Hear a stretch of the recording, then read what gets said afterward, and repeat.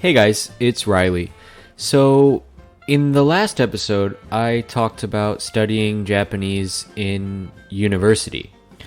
And I ended by talking about my decision to come to Japan.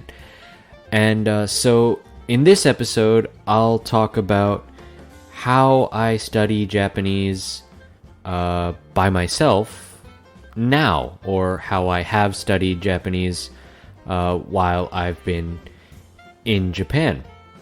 So basically my self-study. So here we go.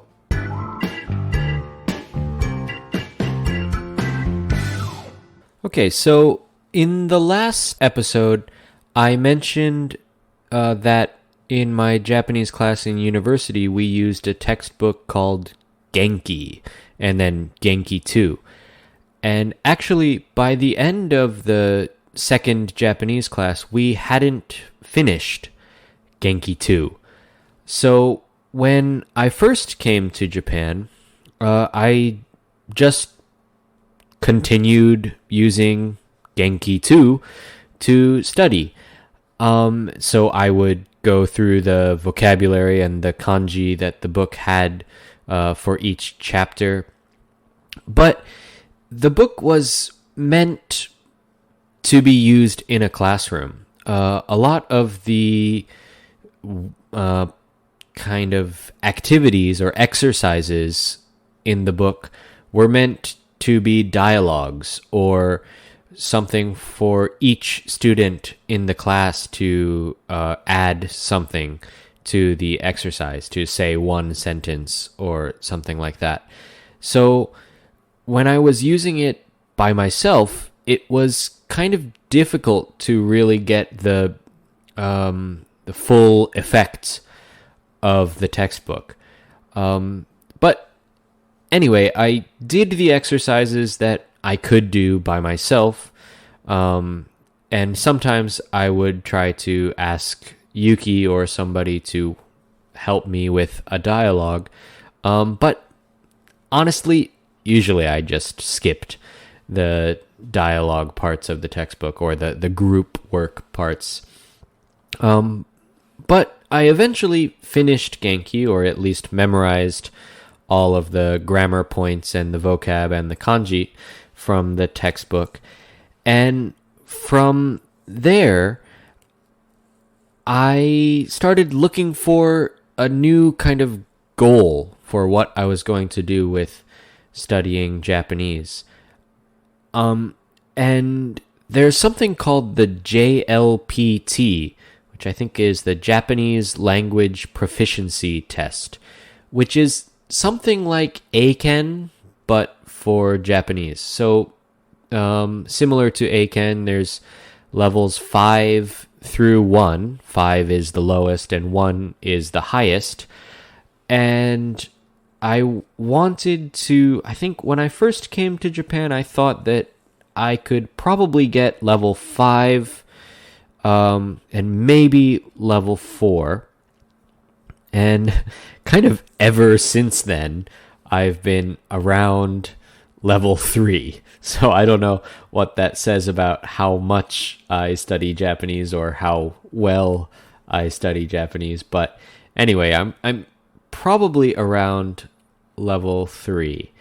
I've never actually taken the test, but I've used textbooks that are meant for people who want to take the test, and I usually use stuff from the level 3. So when I study on my own, I often still make those flashcard sets that I talked about from studying on the subway, where I will use an app. I still use Quizlet is the name of the app, kind of like Anki, and make a bunch of vocabulary words, and then I study them throughout the week or however long it takes until I can get the whole set twice without making a mistake. Or actually, I allow myself to get 10% wrong. So it gives you a grade at the end of each set, and if I get 90% correct, I'll say, okay, I know these vocabulary now. And I do the same thing with kanji. So I write kanji a lot, and have ever since I first came to Japan. A lot of my friends who study Japanese don't practice writing kanji. And I think they're probably right about that because nowadays most people just use their phones or use a computer to kind of communicate. So they don't really need to know how to write the kanji. They just need to know how to recognize it or how to read it. So that definitely saves a lot of time.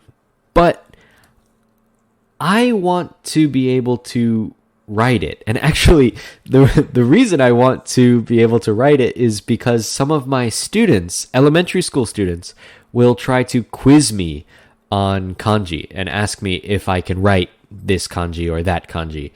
And I'm really embarrassed when I can't write it, or they make fun of me when I can't write it. So I want to be able to write them for just to show off, just to brag to my elementary school students that I know more kanji than them, even though if they're in 5th or 6th grade of elementary school, I definitely don't know more kanji than them. But anyway, I continue to study kanji, and the way I do that is by writing them down in a notebook. So I will have the meaning of the kanji in English or its reading in hiragana, and then I will have to write the kanji in my notebook after looking at the meaning or the reading. And if I know the kanji, then I will just write it one time. But if I don't know the kanji, then I will have to write it 10 times. So that's what I do to make sure that I remember it. But because of that, I have, I don't know, maybe 10 notebooks or something that are just full of kanji, and they look like a crazy person is writing in them. So actually, right now I have one of my notebooks in front of me, and I'll just read a little bit of what it says if some random person were to come and read my notebook. This is what it would say. It says, 面積、疲労、探す、what does that say? 常識、時給、意識、南極、就職、求める、探し物. Basically like that. And then, I got one wrong, so then it says, 面識、面識、面識、面識、面識、面識、面識、面識、面識、面識、面識、面識, 10 times, right? So it looks like a crazy person is writing in it. But that's how I study kanji. And I think that doing that I can remember them. But in addition to writing and memorizing kanji and vocabulary, I also try to learn new grammar. For that, I use a textbook that's supposed to be for intermediate Japanese speakers called Tobira. And that one is similar to the Genki textbook from university, but just a higher level and with maybe more exercises that are meant for individual learners, people who are studying outside of a classroom. So I use that to study grammar. But actually, I haven't been using that book lately. Maybe the last 6 months or so, I haven't really looked at that textbook. Something else that I try to do is read some sort of Japanese every day or almost every day. And I used to use this website, it's called NHK Easy, and it's like news in kind of easier Japanese. And maybe I was using that probably starting 3 or 4 years ago, up until about 2 years ago. I kind of stopped using it so much.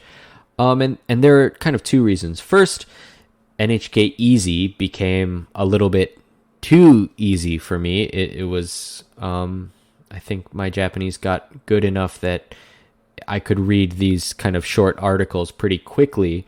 But also because it was the news, about 2 years ago, the news started being only about Corona. And I got kind of bored about reading the same vocabulary words, the same topics every week.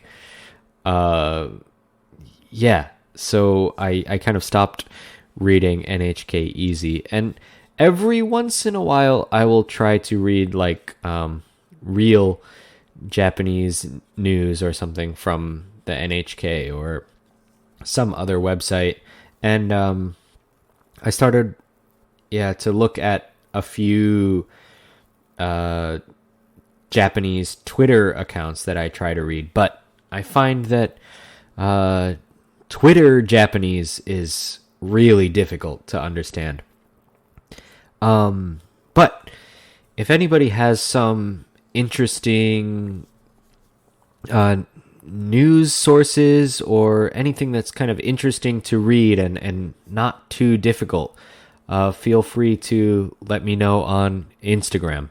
I guess maybe Sota said in the last episode, but just in case, my Instagram is Reilly Sullivan XD. So that's ReillySullivan XD.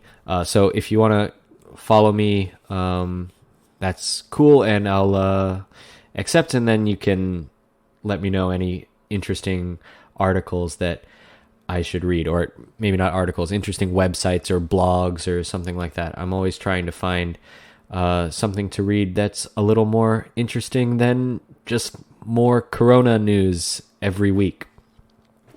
So in addition to my notebooks and reading and grammar, for self-study, I mean, every once in a while I'll try to watch like an anime or something on Netflix to try to get some good listening in. But I find that anime are often like really difficult. Like, what did I try to watch? The most recent one, I tried to watch Kimetsu no Yaiba a few months ago because all my students were talking about it all the time. So I thought I'd watch it to try to understand what they're talking about. And I watched the first episode, and the vocabulary was just crazy. I mean, I watched it with Yuki, who's Japanese, and she was saying that a lot of the words they were using was stuff that she didn't understand. I don't know if it had to do with like the kind of older Japanese, or if it had to do with, I don't know, fighting vocabulary that she doesn't really know or what. But anyway, it was just very difficult to understand, and I quit after one episode. So just like reading and news, if anybody wants to offer some anime or other kind of Japanese media that's easier to understand, I'd be willing to listen to that. But the thing that I do that I think helps me most with studying Japanese, or not exactly studying, but learning Japanese, is talking to Japanese people. Obviously, I live in Japan now and I can talk to them. So that's what I will talk about in the next episode. Thanks for listening.